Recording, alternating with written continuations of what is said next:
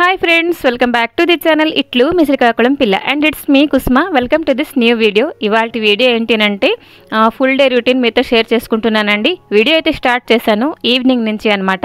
మిరపకాయ బజ్జీలు చూస్తున్నారు కదా, భలేగా ఉంటాయి కదండి రుచి. ఇక్కడైతే నేను అసలు టచ్ చేయలేకపోతున్నాను. ఒకటి వేడి, మరొకటి చేతులు అయితే మండిపోతున్నాయండి. సో మనలో చాలా మందికి నార్మల్ మిరపకాయలు ఇలా కట్ చేసినప్పుడు కూడా చేతులు చాలా మండుతాయి. మనమైతే ఫస్ట్ తెలియక చేసే పని ఏంటి అంటే సబ్బుతో కడిగేస్తుంటాం, లేకపోతే డిటర్జెంట్ ఇవన్నీ ఏమైనా ఉంటే కడిగేస్తుంటాం. అలా అస్సలు చేయమాకండి, ఎందుకంటే సబ్బుతో కడిగారంటే ఇంకా మంట పెరిగిపోతుంది అనమాట. ఈ టిప్ ఐ హోప్ మనలో అంతమందికి యూస్ఫుల్ అవుతుందని షేర్ చేసుకుంటున్నాను. సో ఫస్ట్ చల్లటి నీళ్ళతోటి చేతులు కడుక్కోండి. ఆ తర్వాత కొంచెం కొబ్బరి నూనె అప్లై చేస్తే కాసేపటికి రిలీఫ్ వస్తుంది అనమాట. ఒకసారి ట్రై చేసి వర్కౌట్ అయిందో లేదో కామెంట్ చేయండి. ఇంకా నా రొటీన్లోకి వచ్చేస్తే అలా చేతికి నూనె రాసుకొని కూర్చుంటే మనకి పని అవ్వదు కదా. సో ఫ్రీ టైంలో కొన్ని పనులు ఎలాగంటే క్లీనింగ్ విషయానికి వస్తే మిక్సీ జార్లు అండి. ఫస్ట్ రెగ్యులర్గా నాకు మిక్సీ జార్తో పని ఉంటుందండి. సో క్లీనింగ్ అంటే ఫస్ట్ తోమిస్తూ ఉంటాను అంతే.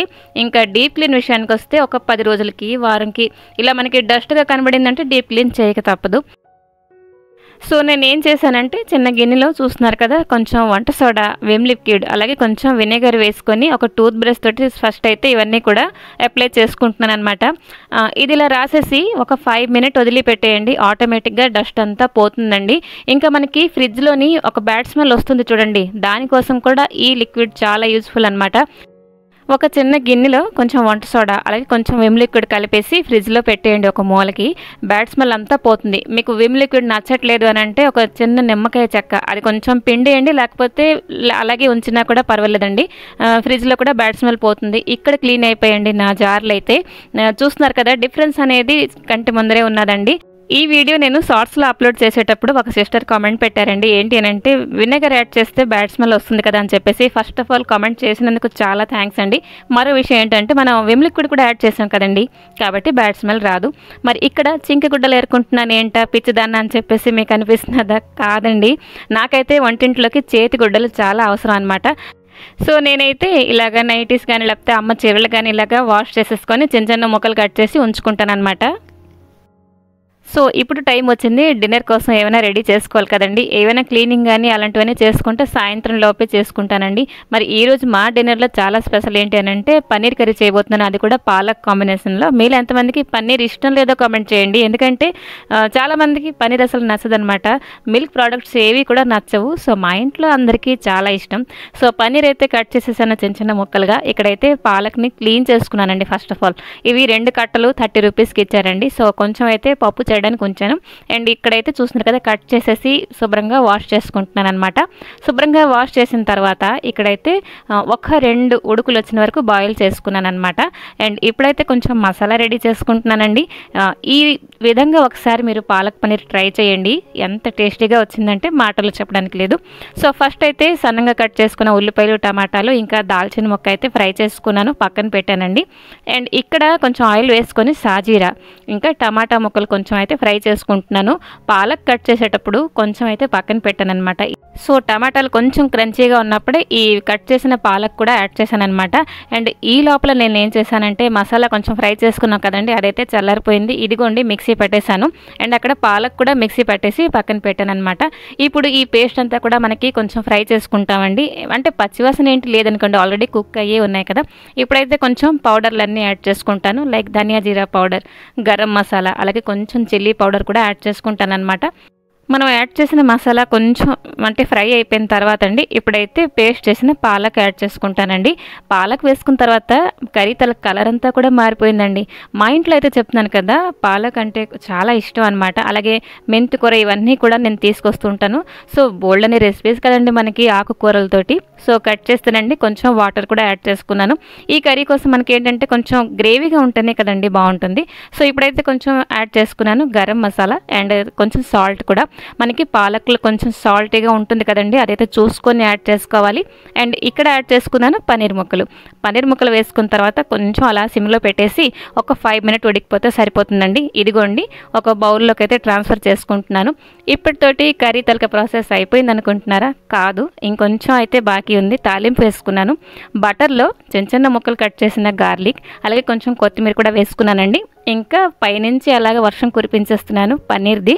కర్రీ అయితే చాలా టేస్టీగా వచ్చింది, ఒకసారి ట్రై చేయండి. కట్ చేస్తే ఇది నెక్స్ట్ డే మార్నింగ్ అండి. ఇదిగోండి పూజ అయితే కంప్లీట్ చేసుకున్నాను. ఈరోజైతే మన వ్లాగ్ అంతా కూడాను నేను ఎడిట్ చేసుకోవాలి, అలాగే వాయిస్ ఓవర్ ఇవన్నీ ఇచ్చుకోవాలన్నమాట. సో చాలా వర్క్ ఉంది. ఇంకా షార్ట్ వీడియో కోసం కూడా వీడియో షూట్ చేయాలన్నమాట, చేసుకుంటున్నాను వీడియో. ఆ తర్వాత ఏంటి అని అంటే అక్కడ స్టవ్ అంతా క్లీన్ చేసుకొని వెయిట్ చేస్తున్నాను పాలమ్మకి. బట్ ఈ రోజంతా కూడా నాకు ఎలా జరిగిందంటే ఇప్పుడు మీకు నెక్స్ట్ అంటే షేర్ చేసుకుంటున్నాను. సో అలా వెయిట్ చేస్తున్నాను, కానీ పాలు అయితే రాలేదండి. పాలు రాకపోతే అంత డిసప్పాయింట్ ఏంటి అని మీకు అనిపించవచ్చు. లేదండి, ఆవు పాలు మజ్జిగ మాకు రెగ్యులర్గా అలవాటు అనమాట. సో అది లేదు. ఇప్పుడైతే నేను ఒరిస్సా స్టైల్ రెసిపీ అయితే చేసుకుంటున్నానండి, అది మీతో షేర్ చేసుకుంటాను. ఇంకా అతి ముఖ్యమైన బ్యాడ్ న్యూస్ ఏంటి అని అంటే నేను వీడియో అంతా వాయిస్ ఓవర్ ఇచ్చేసి అంత ఎడిట్ చేశానండి. జస్ట్ ఇయర్ ఫోన్ అలాగా తీసానో లేదో మొత్తం వాయిస్ అంతా కూడా పోయింది. నేనైతే చాలా డిసప్పాయింట్, ఎందుకంటే అంత టైం నేను ఇన్వెస్ట్ చేశాను, బట్ వృధా అయిపోయింది అని చెప్పేసి అలా నా మొహం కూడా మీకు ఈ వీడియోలో చాలా డల్గా కనబడుతుంది.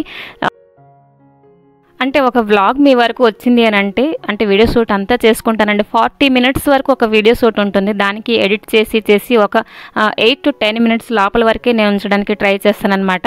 అది చేయడానికి కూడా నాకు ఒక 1 అవర్ వరకు టైం పడుతుంది చెప్పాలంటే. ఇంటి పనులన్నీ చూసుకొని ఇవన్నీ నీకు అవసరం అని చెప్పేసి కామెంట్ చేసేకండి. బట్ అంటే నా మాటలు ఏంటంటే ఇప్పుడు మనం కష్టపడుతున్నాం చూడండి, దానికి ఆ పని వృధా అయిపోయింది అనుకోండి, అది చాలా బాధ అనిపిస్తుంది కదా. సో కట్ చేస్తే ఇప్పుడైతే కర్రీ విషయానికి వచ్చేస్తున్నాను. వంకాయ చక్కీ భజా చేస్తున్నానండి. ఇది తవా ఫ్రై అనమాట. అయితే వంకాయలు అయితే కట్ చేసేసానండి, వాటర్లో వేసి ఉంచాను అనమాట. అండ్ ఇక్కడ శనగపిండిలో వేసుకుంటున్నాను ధనియా జీరా పౌడర్, గరం మసాలా, ఇంకా రెడ్ చిల్లీ పౌడర్ అనమాట. ఇంకా కొంచెం కొత్తిమీర, పుదీనా, ఇంకా ఒక గ్రీన్ చిల్లీ పేస్ట్ చేసి ఉంచానండి. అంటే వాటర్ అందులో మిక్స్ చేయలేదు, అది చేసిన ఫాల్ట్ అనమాట. నేను అదైతే సరిగ్గా మిక్స్ అవ్వలేదు ఈ శనగపిండిలో, సో కాబట్టి ఏరిసి తీసేసాను అనమాట. అండ్ ఇక్కడైతే వంకాయ ముక్కలకి శుభ్రంగా పట్టించేస్తున్నాను అనమాట శనగపిండి ఇవన్నీ కూడా. సో ఇక్కడైతే నేను తీసిన మసాలాలు ఇవన్నీ కూడా దాచేస్తున్నానండి. కౌంటర్ టాప్ ఎక్కువ మెస్సీగా ఉండడానికంటే నాకు నచ్చదనమాట. వండిన వంటలన్నీ కూడా మళ్ళీ ఇక్కడ తీసుకొచ్చి పెట్టాలి కాబట్టి సర్దేస్తున్నాను. ఇంకా నేను రెండిట్లో చేస్తున్నానండి మన వంకాయ తవా ఫ్రై. ఒకటి ప్యాన్లో వేసాను, ఇంకా మరికొన్ని అయితే ఇక్కడ తవాలో వేసాను అనమాట. ఒక 2-3 ట్రిప్ల వరకు అవుతాయి కదండి. సిమ్లో పెట్టి చేయాలి కదా, హైలో పెడితే మాడిపోతాయి. సో ఇప్పుడైతే ఆలు ఉడికిపోయండి, శుభ్రంగా పీల్ చేసుకుంటున్నాను. ఆలు చొకటా చేయబోతున్నాను అనమాట. ఈ రెసిపీ మీకు తెలుసా? తెలిసి ఉంటే కామెంట్ చేయండి. ఇంకా ఇదైతే చాలా సింపుల్ అనమాట. ఆనియన్ ముక్కలు, అలాగే గ్రీన్ చిల్లీ ఇవన్నీ కూడాను ఆలు స్మాష్ చేసేసి దాంట్లో కలిపిస్తే సరిపోతుంది అనమాట. రెసిపీ రెడీ అయిపోతుంది. మజ్జిగ అన్నట్లకి బేసిక్గా ఇది చాలా బాగుంటుంది, అలాగే పప్పు అన్నట్లకి కూడా బాగుంటుంది అనమాట.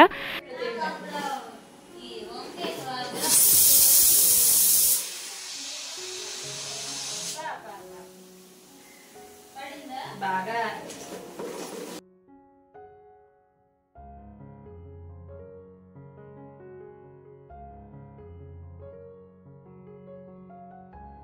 ఇంకా ఇదిగోండి ఇక్కడైతే వంకాయ తవా ఫ్రై చేసుకుంటున్నాను. చాలా తక్కువ ఆయిల్ తోటి చాలా టేస్టీగా రెడీ అయ్యే రెసిపీ అనమాట ఇది. ఇంకా అమ్మాయి అడుగుతుంది ఏంటి ఇంకా సెట్ అయ్యావా లేకపోతే ఇంకా అప్సెట్ అయ్యే ఉన్నావా అని చెప్పేసి. నేను ఏదైనా కూడా నా మనసులోకి వచ్చిన ప్రాబ్లం వచ్చింది అని అంటే ఇంట్లో వెంటనే షేర్ చేస్తానండి, చిన్న పెద్ద చూడను. సో వాళ్ళ దగ్గర నుంచి సజెషన్ కూడా తీసుకుంటానమాట. ఇప్పుడు చూడండి మన స్టూడెంట్స్ అవని లేకపోతే ఎవరైనా ఒక పని చేసామనుకోండి, అది సక్సెస్ అవ్వలేదంటే వెంటనే డిసప్పాయింట్ అయిపోతుంటారు. మన మనసు చాలా సున్నితం అండి, కాబట్టి చిన్న అంటే బాధగా తట్టుకోలేదనమాట. కాబట్టి మీరు ఫస్ట్ ఫ్యామిలీ మెంబర్స్తో షేర్ చేయండి. ఇంకా స్టూడెంట్స్ విషయానికి వస్తే ఎగ్జామ్లో ఫెయిల్ అయ్యారనుకోండి ప్రాణాల మీదకి తీసుకొస్తుంటారు. అలా కాదండి, మనం ఒక్కొక్క మెట్టు ఎక్కినట్టుగా మనం ఫెయిల్ అవ్వాలన్నమాట. అండ్ ఇంకొకటి, మన లైఫ్లో ఏవైనా మనం చేయలేకపోయాం, అది సక్సెస్ రాలేదు ఇంకా అంటే దానికి అని ఒక టైం ఉంటుంది, అది వస్తేనే మనం సక్సెస్ చూస్తాం అనమాట. ఇంకా ఫెయిల్యూర్ కాదండి, అది మనకి ఎక్స్పీరియన్స్ అని చెప్పేసి లైఫ్లో తీసుకోవాలండి. ఏంటండి బోధన ఎక్కువైపోయిందా, జస్ట్ షేర్ చేయాలనిపించింది అనమాట. అండ్ ఇక్కడ నేను షేర్ చేసుకుంటున్నాను ఆలు చొకటా. సో ఇది ఒరిస్సా ఫేమస్ రెసిపీ అనండి, చాలా సింపుల్ అనమాట. ఉడికించిన ఆలు, కట్ చేసిన ఆనియన్స్, ఇంకా గ్రీన్ చిల్లీ, కొంచెం సాల్ట్, ఇంకా కొత్తిమీర యాడ్ చేసుకుంటే ఆలు చొకటా సింపుల్గా రెడీ అయిపోతుందండి. ఇది బేసిక్గా పల్చని పప్పు అలాగే మజ్జిగ అన్నట్లోకి ఇది చాలా బాగుంటుందన్నమాట. ఇంకా మా చిన్నప్పుడైతేనండి ఒరిస్సాలో పుట్టి పెరిగానండి. ఇరుగు పొరుగు కూడా ఫుల్ ఒరిస్సా అనమాట. సింపుల్ అయిన జీవన శైలి అనమాట వాళ్ళది. సో ఏంటి అంటే వాళ్ళ రెసిపీలు కొన్ని అయితే నాకు చాలా ఇష్టం. అలాగే మా అమ్మ చేసిన సాంబార్, పులిహోర, దద్దోజనం ఇవన్నీ కూడా వాళ్ళకి చాలా ఇష్టం అనమాట. అండ్ ఇచ్చిపుచ్చుకోవడం కార్యక్రమం కూడా జరిగేది.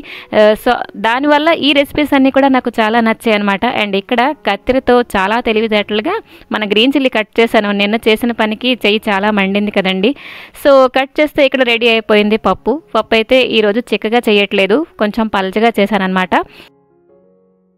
ఇంకా పప్పు తాలింపులో వెల్లుల్లిపాయలు కూడా దంచేసి వేసానన్నమాట. మనం వేసిన తాలింపుకి బట్టి కూడా పప్పు తలక టేస్ట్ కూడా మారుతూ ఉంటుందండి. సో అదనమాట. ఇక్కడైతే తాలింపు వేసేసాను. ఇప్పుడు నెక్స్ట్ నేను షేర్ చేసుకుంటున్నాను బొడి చూరన్. ఇది కూడా దీని తలక కాంబినేషన్ అనమాట. ఇది చెప్పాలంటే ఒక థాలీ అయిపోయిందండి మన కోసం అయితే. సో ఈ రెసిపీ కూడా చాలా సింపుల్. దీనికోసం ఏంటంటే మన ఫ్రై ప్యాన్లోనే ఫ్రై చేసుకుంటున్నానండి. ఒడియాలు అయితే మినపొడియాలు కొంచెం ఫ్రై చేసుకొని ఉల్లిపాయలు కూడా కొంచెం సన్నంగా కట్ చేసుకొని ఇందులో యాడ్ చేసుకోవాలండి. ఉల్లిపాయలు అయితే పచ్చి ముక్కలు యాడ్ చేసుకుంటాం. అలాగే కొంచెం గ్రీన్ చిల్లీ, అలాగే హమందస్తాలని దంచుకున్నాను. అంటే కొంచెం కచ్చా పచ్చగా లైక్ మిక్సీ పట్టేస్తే ఆ పేస్ట్ అనేది బాగుండదండి. హమందస్తాలో దంచుకుంటాను అనమాట. అండ్ దెన్ ఒక తెల్లుల్లిపాయ కొంచెం దంచేసి ఇందులో యాడ్ చేసుకున్నాను అనమాట. మీకు ఒడియాలు అంత కనిపించవచ్చు క్వాంటిటీ అనమాట. కానీ అవన్నీ కొంచెం అవుతాయి కాబట్టి వెల్లుల్లిపాయ ఒక్కటే యాడ్ చేశాను, ఒక రబ్బ అనమాట యాడ్ చేశానండి. సో ఇక్కడైతే దంచేసి కలిపేసుకుంటే నా ఫుల్ ఒరిస్సా థాళీ మెనూ అయితే రెడీ అయిపోయిందనమాట. సో సరేనండి, ఈ వ్లాగ్ అయితే ఇక్కడితో ఎండ్ చేసే టైం వచ్చింది. మీకు ఈ వీడియో నచ్చిందా? నచ్చినట్లయితే లైక్ చేయడం మాత్రం మర్చిపోవద్దు. రీసెంట్గా మన ఛానల్కి కామెంట్స్ కూడా వస్తున్నాయి అనమాట. కామెంట్ చేసిన ప్రతి ఒక్కరికి, అలాగే సబ్స్క్రైబ్ చేసిన ప్రతి ఒక్కరికి కూడా పేరు పేరున థ్యాంక్స్ అండి. మీరు లైక్ చేస్తేనే మన యూట్యూబ్ గారు మరికొంతమందికి మన వీడియో పంపిస్తారనమాట. సో సరేనండి, మరొక మంచి వీడియోతో మీ ముందరికి వస్తాను. Till then take care and bye. అలాగే ఈ వీడియో ఎలాగుంది ఏంటి కామెంట్ చేయడం మర్చిపోకండి. బాగోలేదన్నా కూడా కామెంట్ చేయండి. సరేనా? Till then take care and bye.